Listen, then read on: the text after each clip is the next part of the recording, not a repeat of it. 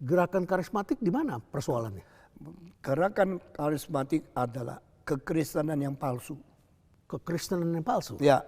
Apanya? Karena Bagaimana dia mengajar manusia percaya untuk dapat uang, percaya untuk dapat kaya, percaya untuk dapat lancar, percaya untuk dapat sukses.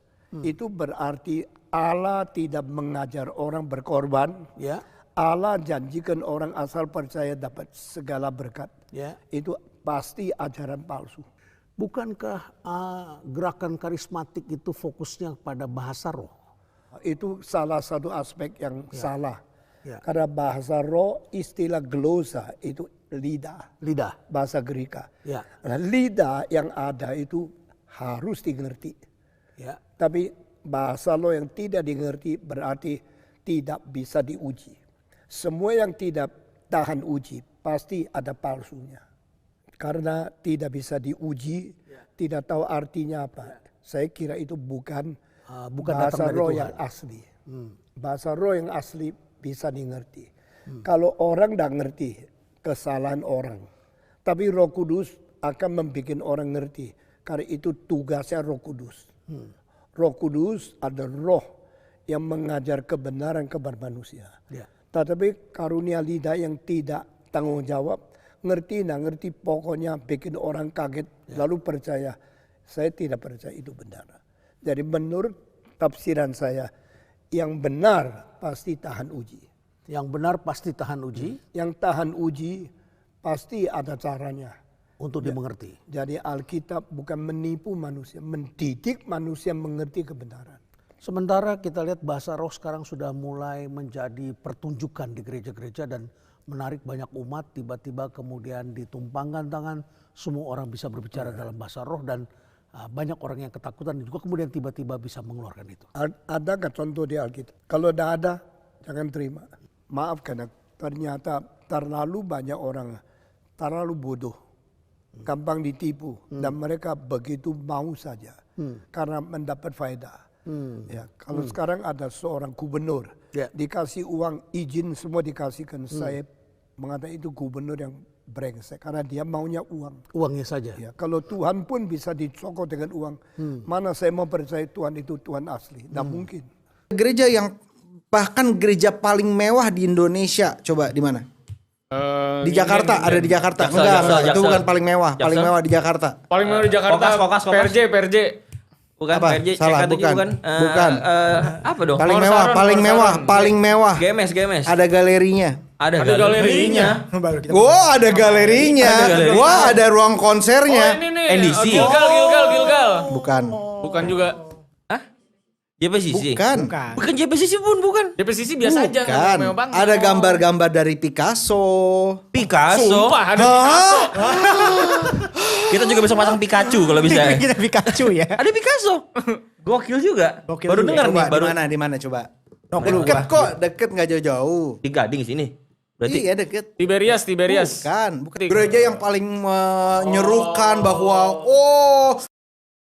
pendeta gua nggak akan sebut ya, itu bener sih. Nanti kita sensor dulu guys ini ya. Dia tuh di Kemayoran ada kubahnya. Oh iya. Masuk. Masuk Bapak Bodoh. Oh iya, gue baru ingat. Nah, maksudnya tetapi pendetanya sendiri nyerang pendeta gereja karismatik, bilang, wah pendeta gereja karismatik tuh nyolong uang perpuluhan, nyolong uang persembahan dan sebagainya. Tetapi nyatanya kalau lihat dari kehidupan dia, nah itu yang maksudnya investigasi. Lu dapat duit tuh dari mana? Patong kaya sekali ini. Bukan kaya sekali, kita perlu uang banyak sekali. Nyantai. Toh kalau Tuhan sudah patok orang bergereja di sini, Allah tarik ke sini. Allah sudah patok ke sana, Allah tarik ke sana. Biasa aja. Ini bukan perusahaan pribadi. Ini gereja, tempat memuliakan Allah dan memperbaiki orang-orang kotor. Saya lihat kadang-kadang gereja, saya dengar dari pendeta tertentu, satu gereja dibuka, pendeta lain sewa orang beda agama, suruh tutup gereja itu. Pendeta setan itu. Kurang ajar pendeta begitu, preman itu pendeta. Dia mau dia berkuasa sendiri, pendeta hati setan. Sorry to say. Bukan lagi mencari jiwa, mencuri jiwa. Saya katakan dari mimbar ini, semoga ada yang mendengar. Ngeri loh, ngeri. Ya, bayangkan gereja yang sudah ada disuruh pergi karena ada gereja yang mau buka. Buka dong gereja di Papua sana, kita dukung bareng-bareng, amin. Ya, depan udah ada gereja, buka di depannya, depan-depanan. Bahkan ini tempat yang sudah ada gereja, suruh pergi karena ada satu gereja yang lebih buka, yang lebih berkuasa. Saya tuh hati saya, biar nggak apa-apa saya curhat di sini. Mumpung ini tayang di DB TV biar semuanya nonton di DB Restoration. Apa sih yang kita cari? Apa sih yang hamba-hamba Tuhan cari? Apa sih yang orang Kristen cari? Toh pada akhirnya kita semua akan berdiri di hadapan tahta pengadilan Kristus. Kalau memang tujuannya cari jiwa, kenapa harus seperti itu? Sedih loh saya tuh. Sampai mau tidur tuh saya kepikiran. Ya sampai saya bilang sama suami saya mau syuting di YouTube. Saya mau ngomong soal ini. Saya mau sebut nama itu pendeta. Suami saya bilang, sabar say, jangan. Assalamualaikum warahmatullahi wabarakatuh. Berjumpa lagi dengan Jadi HMC ya, channel yang mengedukasi dan menghibur. Kita ketahui bersama viral pendeta Stephen Tong di usia tuanya tetap nyinyirin, tetap menyerang yang namanya Kristen karismatik. Baru-baru ini viral bagaimana dia mengatakan bahwa Kristen karismatik itu adalah Kristen yang palsu. Dan saya rasa teman-teman, terutama yang dari kalangan orang-orang Kristen, pemerhati, itu semua tahu. Kalau ditanya, siapa orang yang paling agresif, paling sering menghujat, menghina kekristenan karismatik? Jawabannya adalah pendeta Stephen Tong. Ini adalah sosok paling sentral, paling vokal dalam menyuarakan karismatik sebagai ajaran yang salah, ajaran yang nggak benar, ajaran yang hanya fokus memperkaya dirinya, menjual Yesus demi keuntungan para pendetanya. Dan saya rasa semua teman-teman sudah tahu ya, bagaimana pendeta Stephen Tong sangat mengkritisi gaya hidup para pendeta karismatik. Yang dia bilang hanya sibuk memperkaya dirinya, sibuk pakai jam mewah, sibuk pakai mobil mewah, istrinya pakai tas Hermes. Padahal jemaatnya banyak yang susah. Padahal jemaatnya banyak yang untuk makan saja tidak ada duit. Kenapa? Bukan untuk membantu orang-orang yang susah. Itulah yang selalu dan sering kita dengar dari pendeta Stephen Tong. Bahkan Stephen Tong mengajak pendeta-pendeta untuk potong gaji. Di saat COVID, potong gaji. Karena dia bilang, jemaat saja, itu di kantornya gajinya dikurangi. Penghasilan mereka turun karena COVID. Kenapa pendeta tidak ikut melakukan gerakan hemat seperti itu? Dan kita tahu, ajakan pendeta Stephen Tong tentu saja tidak pernah, tidak dipedulikan oleh orang-orang karismatik. Kita juga ingat bagaimana pendeta Stephen Tong menyerang pendeta Niko, mempertanyakan mukjizat kesembuhan yang dilakukan oleh pendeta Niko dan pendeta-pendeta karismatik yang lain. Tetapi apa yang terjadi? Semua orang karismatik memilih bungkam. Mereka melihat nggak ada manfaatnya, nggak ada nilainya menanggapi pendeta Stephen Tong.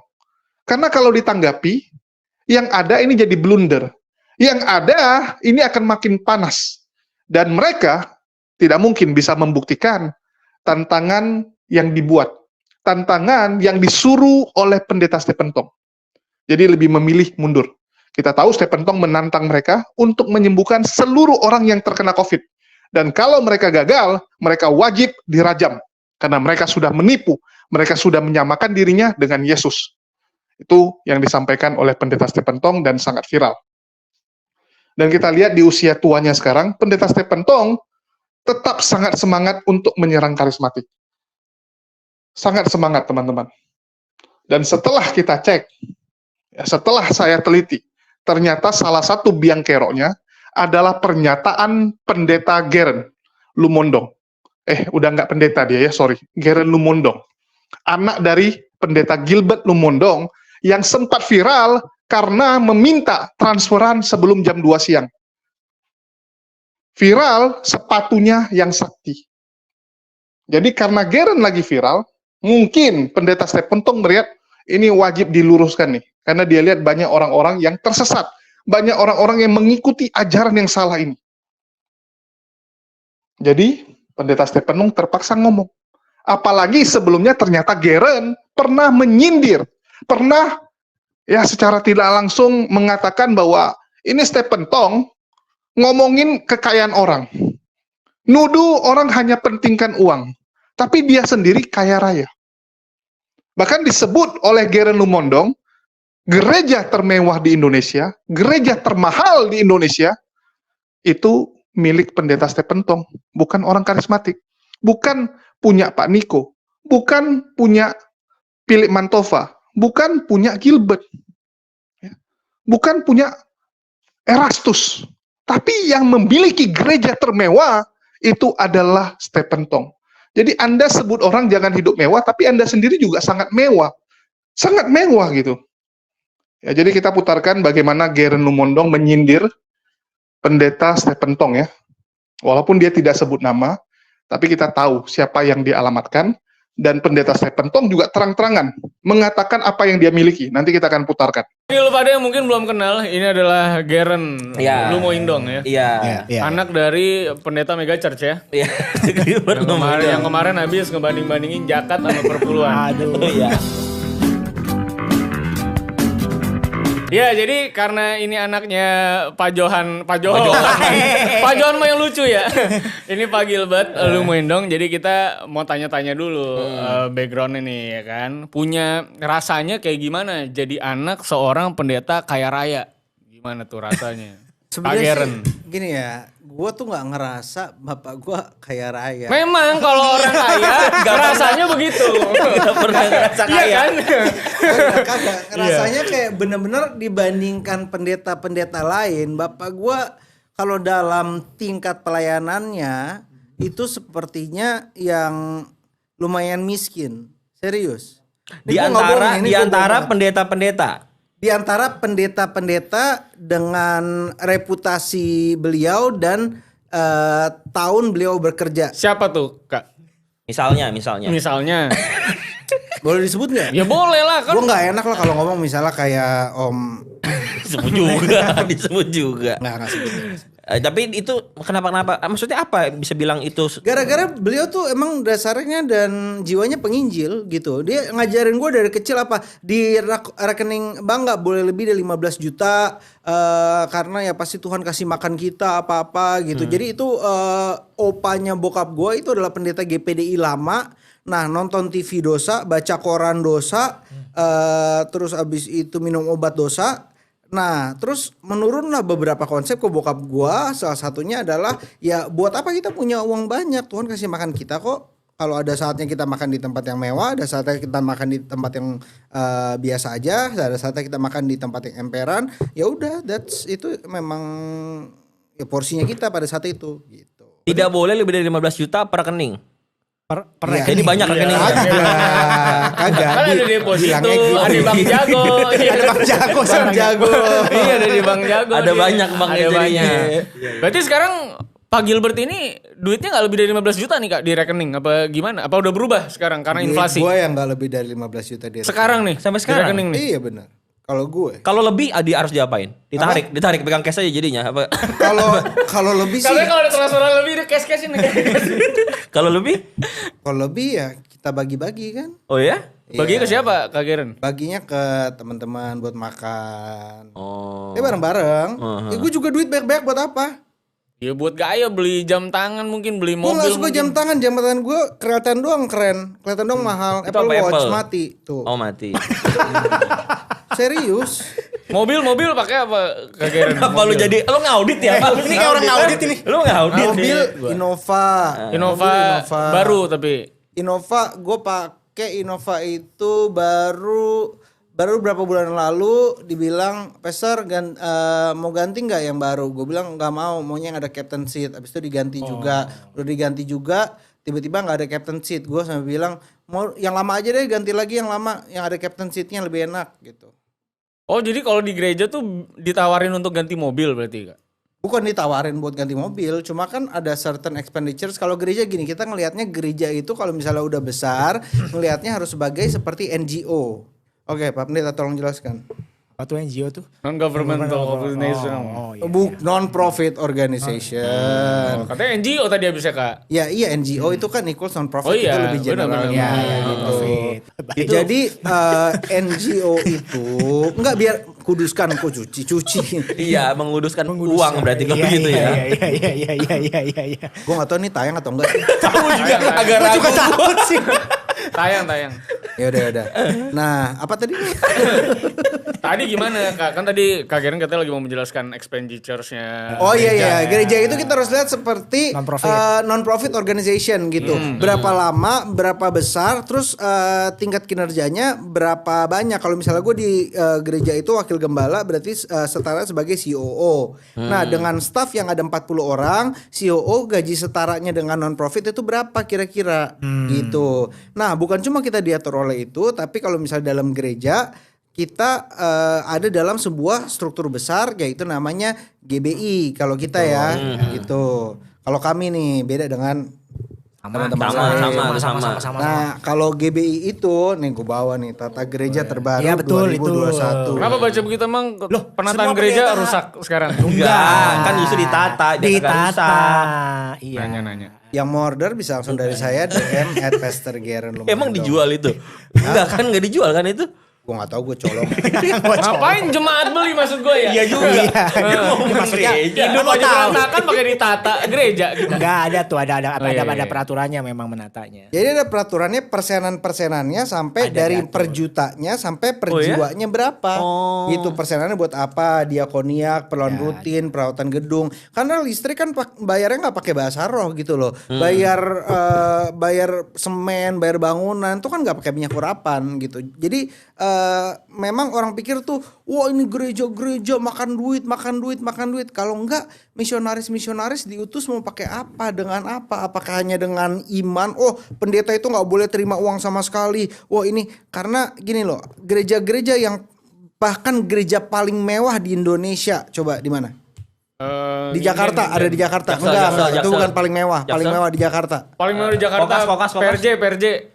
Bukan Apa? PRJ, Salah, bukan. Bukan. Apa dong? Paling mewah. GMS. Ada galerinya. Ada galerinya. Wah, ada galerinya. Wah, ada ruang konsernya. Oh ini nih. NDC. Gilgal. Bukan juga. JPCC. Bukan. JPCC pun bukan. JPCC biasa aja. Bukan. Mewah banget. Ada gambar-gambar dari Picasso. Sumpah ada Picasso. Kita juga bisa pasang Pikachu kalau bisa. Kita Pikachu ya. Ada Picasso. Gokil juga. Baru dengar nih. Baru di mana coba? Deket nggak jauh-jauh. Di Gading sini. Berarti Iya deket. Tiberias. Bukan. Gereja yang paling menyerukan bahwa pendeta gue nggak akan sebut ya, itu benar. Nanti kita sensor dulu guys ini ya. Dia tuh di Kemayoran ada kubahnya. Oh iya. Masuk. Masuk Bapak Bono. Oh iya, gue baru ingat. Nah, maksudnya tetapi pendetanya sendiri nyerang pendeta gereja karismatik, bilang, wah pendeta gereja karismatik tuh nyolong uang perpuluhan, nyolong uang persembahan dan sebagainya. Tetapi nyatanya kalau lihat dari kehidupan dia, nah itu yang maksudnya investigasi. Lu dapat duit tuh dari mana? Ya. Nah, itu serangan dari Geren ya. Saat diundang podcast oleh teman-temannya, ya dia bilang, kalau bicara uang, ya apa nggak ngaca ini? Yang kerjanya komplain-komplain apa nggak ngaca? Kamu sendiri itu hidup jauh lebih kaya. Gerejamu itu barang-barangnya luar biasa. Punya koleksi barang-barang antik, barang-barang seni. Punya galeri sendiri. Bayangkan gereja punya museum sendiri. Museum seni. Terus dia punya hall itu mewahnya minta ampun. Dan kalau dibilang seperti itu, ya benar. Lokasi gereja dari Pendeta Stephen Tong ada di Kemayoran. Bagi teman-teman yang nggak tahu, ya kalau kalian lewat Kemayoran, terus kalian lihat ada kayak kubah besar gitu, terus sampingnya ada gedung tinggi, ya. Terus ada tulisan reform, yaitu Gereja Pendeta Stephen Tong. Berdiri sangat megah teman-teman, sangat megah. Tanahnya aja itu kalau dijual entah berapa duit ya, karena di Kemayoran. Dan tusuk sate pula itu, lokasinya luar biasa sekali, di Simpang. Itu besar sekali. Dan isi dalamnya mewah sekali teman-teman, mewah sekali. Lukisan-lukisannya, wah gila teman-teman. Satu lukisannya mungkin bisa bangun satu musola. Bahkan lukisan yang mahalnya mungkin bisa bangun satu masjid. Satu lukisannya. Jadi kalau ngata-ngatain orang hidup mewah, hidup gini, ya kamu juga sama. Cuman bedanya, kalau Gilbert, kalau pendeta karismatik mungkin uangnya dipakai untuk beli jam, ya, beli tas, jadi kelihatan. Sedangkan pendeta Stephen Tong, ya, dia kesukaannya bukan beli jam, bukan beli mobil mewah, tapi beli benda seni, ya sama aja kan begitu.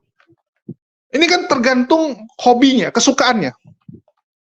Ada orang kita lihat, pakaiannya biasa, outfitnya biasa, mobilnya biasa.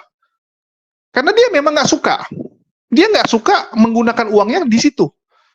Tapi uangnya dia pakai misalnya, ya, rumahnya itu dari emas. Terus tanahnya banyak. Jadi setiap orang tuh beda kesukaan teman-teman. Untuk hal ini saya harus katakan ya benar. Apa yang dibilang Geren. Saya punya teman, itu kayanya minta ampun teman-teman. Kayanya minta ampun. Tapi waduh, hidupnya sangat sederhana. Bajunya biasa, ya, sepatunya biasa, semua barang ya barang murah malah kalau saya bilang. Padahal kalau kekayaannya tuh ya ratusan M teman-teman, bukan puluhan lagi, ratusan asetnya. Tapi apa kesenangan dia? Kesenangan dia mengoleksi surat tanah. Jadi surat tanah tuh makin banyak makin senang dia. Jadi kalau kita ke rumah dia yang dia pamerin bukan tas, bukan mobil, tapi surat tanah. Jadi dia akan cerita dia barusan beli lagi 4 ruko, baru lagi beli 8 ruko, baru lagi beli tanah, ya 3.000 meter di mana. Kesenangannya seperti itu. Jadi tiap orang punya kesenangan yang berbeda. Kalau Stephen Tong, kesenangannya dengan galeri, dan saya rasa ya itu mahal. Harusnya pertanyaan yang sama bisa dialamatkan kepada pendeta Stephen Tong. Kenapa nggak kamu jual aja barang itu, terus kamu bantuin orang-orang susah? Kamu nyuruh pendeta karismatik jual, bantuin orang. Kamu sendiri bagaimana? Kamu sendiri bagaimana? Dan kita akan mendengarkan langsung dari pendeta Stephen Tong ya, mengenai kekayaan dia, ya, bagaimana harta bendanya. Dan ini memang langsung pendeta Stephen Tong mengaku bahwa dia punya gereja nih ya paling gila nih hall-nya nih. Orkestranya, alat-alat musiknya ini yang termahal. Termahal, terbaik. Ya, pipanya aja, wah gila teman-teman. Ya, mahal ini semua. Orang pendeta yang membangun tempat ini yang sangat megah. Dan nanti kita akan tanya-tanya banyak hal. Dan beliau ini adalah Billy Graham-nya Indonesia. Kurang lebih begitulah. Bahkan Asia. Di Asia kalau jalan-jalan di Hong Kong, Singapura, di Thailand, di mana saja termasuk di Tiongkok. Pasti orang mengenali wajah pendeta di depan saya ini. Ini adalah Pak Pendeta Stephen Tong. Yeah. Terima kasih Pak Tong sudah mengizinkan kami much. datang ke sini dan berbincang dengan Pak Tong. Terima kasih Pak Tong. Jadi Pak Tong, kita bicara dulu tentang hall ini. Aula Simfonia Jakarta. Katanya Bapak perlu 50 tahun menunggu adanya ini. Saya kepingin Indonesia ada tempat yang indah, yang cukup bagus untuk mementaskan musik yang indah. Tapi saya tunggu-tunggu, saya dengar Soekarno ingin membuat satu, tapi sampai mati belum bikin. Tidak terjadi. Gus Dur juga tidak jadi. Megawati juga terjadi. Setelah 50 tahun nunggu, saya pikir tidak boleh tunggu lagi. Saya sendiri bikin satu. Tetapi susahnya, sulitnya, uangnya semua.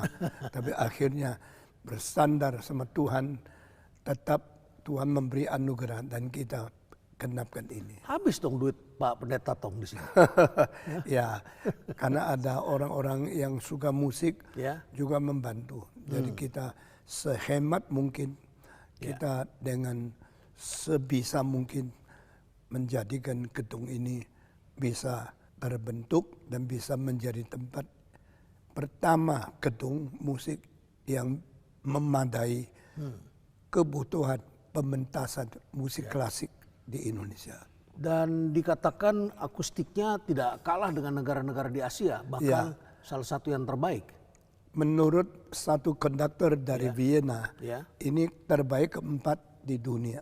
Oh, terbaik keempat di dunia?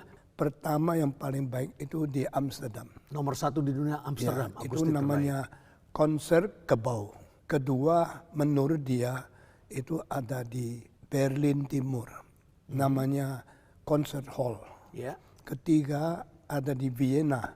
Namanya Musikverein Saal. Dan menurut dia ini keempat yang terbaik. Oh, dari segi akustik. Jadi kita hanya menerima apa yang dipuji oleh dia. Kita sendiri tidak berani ngomong apa-apa. Ya, luar biasa. Hampir setiap bulan ada orkes di sini. Setiap tahun kira-kira 18 kali konser yang bermutu tinggi. Pak Tong, ada satu yang sangat menarik perhatian saya. Di sini ada organ besar.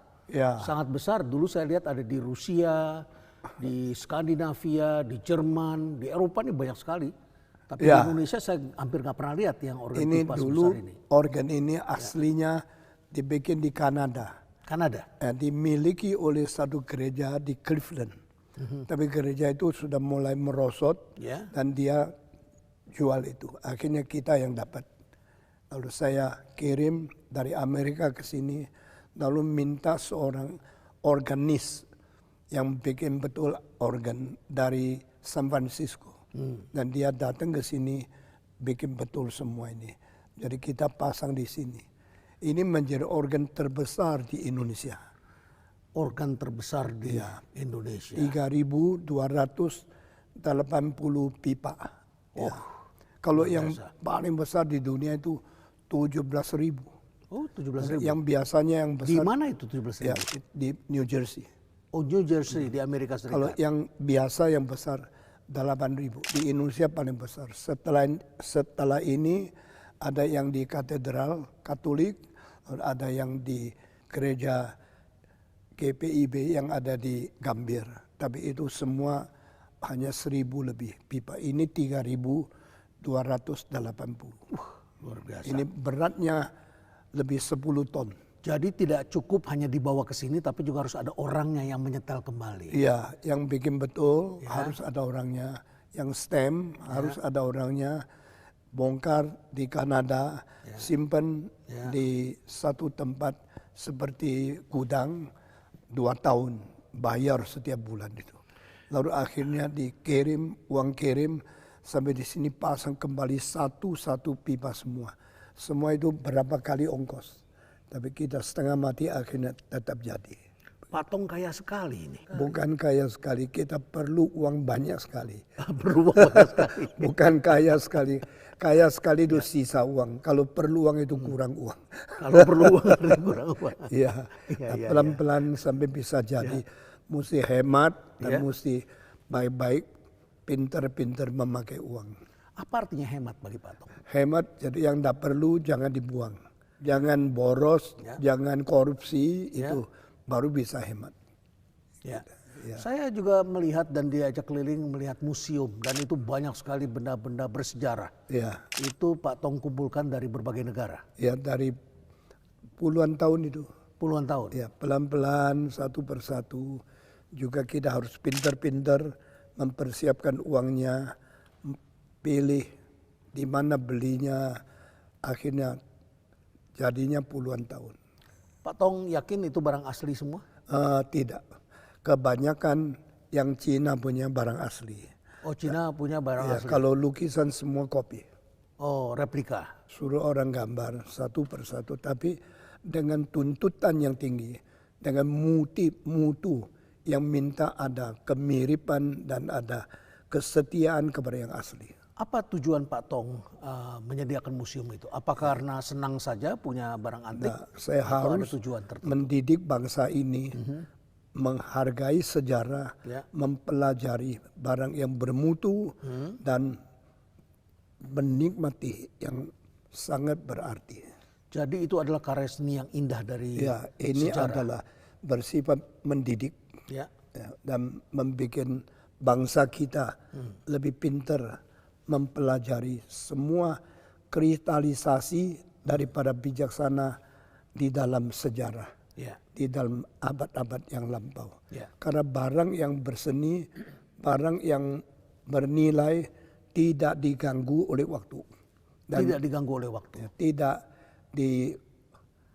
dimusnahkan oleh sejarah. Karena itu akan mendidik manusia beribu-ribu tahun. Berarti ini bukan cuma sekedar bendanya, tapi ada cerita di balik benda itu. Ya. Kalau hanya bendanya itu tidak ada artinya. Tapi ada bijaksana. Ada kebijaksanaan. Ya, ada bijaksana, ada seni, ada desain, ada pikiran-pikiran di belakangnya, itu baru menjadi pendidikan. Dan Pak Tong ingat semua cerita dari masing-masing benda seni yang ada di sini. Saya berusaha belajar sebanyak mungkin. Ya, ini perlu ribuan buku. Dari zaman 3.000 tahun, 5.000 tahun, lalu dinasti apa, kaisar apa, penggunaan apa, bentuk apa, lalu perkembangan sejarah mengalami perubahan apa, itu harus dipelajari. Sejarah, seni, kebudayaan, apakah itu juga menyangkut materi dalam pengajaran dan khotbah yang diberikan oleh Pak Tong? Ya, saya di dalam khotbah harus mengerti yang sesungguhnya. Maka kalau yang tidak ada nilainya, saya tidak belajar. Kalau ada nilainya, saya belajar, saya hafal, saya cerita, dan saya beritahu kepada pendengar saya supaya mereka mengerti apa yang mereka warisi daripada nenek moyang.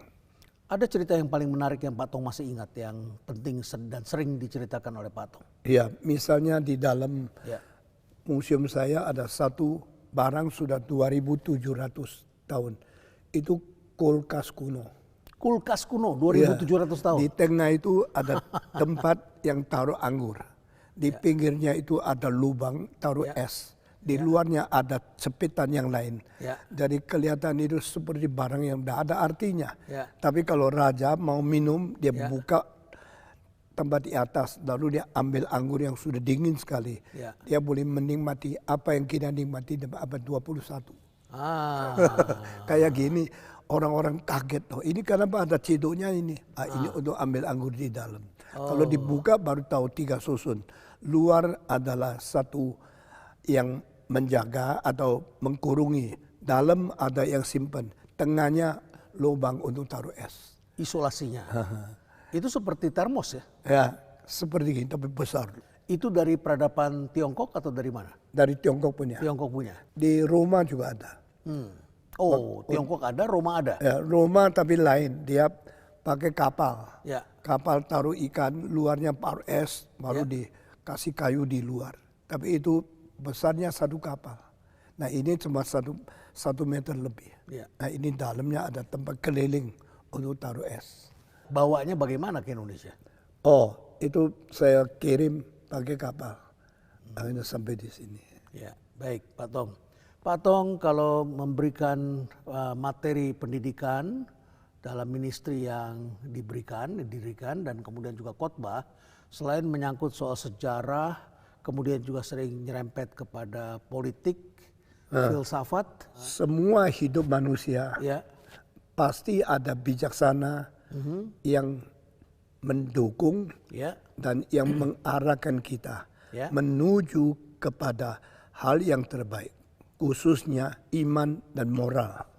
Ya, bagaimana belajar menjadi orang beriman, bagaimana belajar menjadi orang bermoral. Iman di dalam batin, moral di luar etika. Jadi kalau iman sama Tuhan itu kuat dan mau mengerti kehendak Tuhan, tidak mungkin hidup sembarangan. Tidak mungkin hidup sembarangan. Ya, hidup untuk mencari pimpinan kehendak Tuhan. Tapi kehidupan untuk mengutarakan kebajikan, kesungguhan, kejujuran untuk menghadapi orang lain. Dengan demikian jadi manusia yang hati nuraninya mempunyai dukungan bahwa kita jalan benar. Nah ini menjadi manusia yang berarti. Walaupun itu yang disampaikan tidak selalu dalam sejarah Alkitab, tidak selalu dalam sejarah kekristenan. Meskipun kita tidak lihat, tapi di dalam segala hal mengandung bijaksana, mengandung kewajiban, mengandung perasaan, hati nurani dengan bersih. Nah, ini semua ada sangkut paut dengan iman, moral, karakter, kejujuran dan sebagainya. Lantas Pak Tong juga mengikuti dan baca berita begitu banyak sampai hari ini, mengetahui kekinian begitu banyak. Apa saja yang Pak Tong menaruh perhatian pada peristiwa kekinian hari ini? Kalau kekinian itu hanya sandiwara, hanya penipuan, saya anggap tidak ada artinya. Kekinian menjalankan, mengikuti sesuatu dalil atau hukum yang kekal, itu yang berarti. Jadi politik bisa menjadi mainan orang-orang politikus, tapi politik bisa menjadi satu pelaksanaan kebijaksanaan di dalam memerintah dan membahagiakan manusia. Membahagiakan manusia. Ya, jadi itulah jawaban dari Pendeta Stephen Tong mengenai gereja dia yang mewah dan mahal, teman-teman. Jadi kalau dibilang, ya dia kan berkat menabung, umurnya lebih tua. Pendeta Stephen Tong sudah 84. Artinya wajar kalau dia kaya, karena dia nabung dari dulu. Hemat dia bilang kan, hemat. Ya, tapi saya juga nggak pungkiri bahwa jemaat-jemaat dia tentu saja jemaat-jemaat orang kaya ini. Pendeta Stephen Tong pendeta terkenal kok. Jadi maklum kalau dia punya jemaat yang ya kaya raya dan mau berdonasi. Mau berdonasi. Cuman mungkin bedanya dia nggak terlalu penjilat. Ini penilaian ya, ini penilaian pribadi. Mungkin ada pendeta yang terlalu menjilat dengan beberapa jemaat gitu. Oh jemaat ini kaya raya, oke support habis-habisan, doain dia terus. Kalau dia ulang tahun datangi ya, kalau anaknya ulang tahun ya udah diundang datang. Tapi kalau jemaat biasa mungkin ya suruh pendeta yang lebih junior atau full timer yang disuruh datang. Ada perlakuan seperti itu. Tapi Stephen Tong kita belum pernah dengar dia pilih-pilih kasih jemaat. Belum pernah. Ya, tapi kalau jemaatnya pasti banyak yang kaya juga. Dia bukan gereja kecil, dia gereja reform terbesar di Indonesia. Ya, jadi dia big boss-nya reform. Big boss-nya reform, big boss-nya Esra Soru, terus Deki Ngadas, Budi Asali, terus Esra Soru, nah itu yang kalian kenal ya. Inilah big boss-nya. Paling senior. Cuman saya nggak tahu itu gerejanya nanti jadi apa sepeninggal pendeta Stephen Tong. Karena kan yang namanya manusia pasti akan meninggal ya, bukan saya doain. Tapi itu adalah sesuatu yang pasti. Kita ini kan semua calon mayat. Betul tidak? Semua kita calon. Saya nggak tahu apa yang akan terjadi dengan gerejanya sepeninggal pendeta Stephen Tong. Apakah akan tetap seperti itu? Tetap akan jadi gereja raksasa? Ataukah anaknya jual nanti barang-barangnya? Ya, apakah seperti itu? Ya kita nggak tahu. Jadi kembali teman-teman, ya kita lihatlah. Dan perseteruan dua orang ini, yaitu reform dan, bukan orang jadinya, denominasi. Reform dan karismatik, apakah akan terus berlanjut sepeninggal pendeta Stephen Tong? Karena kalau kita lihat, ya orang reform semua semangatnya seperti itu. Spiritnya adalah menyerang karismatik. Sedangkan karismatik spiritnya adalah menghindari dan fokus mencari domba. Mencari domba dan mencuri domba tentunya. Karena bisa dibilang karismatik ini paling terkenal sering mencuri domba dari denominasi yang lain. Dia posisinya posisi ofensif kepada gereja-gereja yang lain. Jadi ini lucu ya, yang ini nyerang sana, yang ini nyerang belakangnya. Jadi akan seperti itu terus sampai akhir zaman. Yang jadi pertanyaan, kedua denominasi ini percaya bahwa mereka adalah Kristen yang benar. Mereka dituntun Roh Kudus, Roh Tuhan. Ya, dua-duanya ngeklaim seperti itu. Yang jadi pertanyaan, yang mana? Yang benar? Ataukah dua-duanya salah? Karena nggak mungkin dua-duanya benar kan? Kemungkinannya cuma antara salah satu benar, salah satu salah, atau dua-duanya sesat, dua-duanya salah. Kalau kalian tanya kepada saya, menurut saya, ya dua-duanya sesat. Dua-duanya, sama aja ini. Sama wae. Oke, mungkin itu aja yang bisa saya sampaikan di kesempatan kali ini. Silakan kalian yang nilai sendiri. Dan sekali lagi, teman-teman ya, mohon doanya, karena besok ada yang harus kita lakukan, dan sangat urgent karena kita dipanggil. Kita dipanggil lantaran konten-konten yang kita suguhkan tentang Yonatan Purnomo. Ini membuat marah, membuat resah beberapa orang di sebelah, jadinya mereka ngamuk besar. Oke, mungkin itu aja yang bisa saya sampaikan. Makasih buat teman-teman semua yang udah nyimak dan mendukung channel ini. Makasih atas supportnya. Di akhir kata saya ucapkan, wassalamualaikum warahmatullahi wabarakatuh. Sampai jumpa di konten-konten kita berikutnya.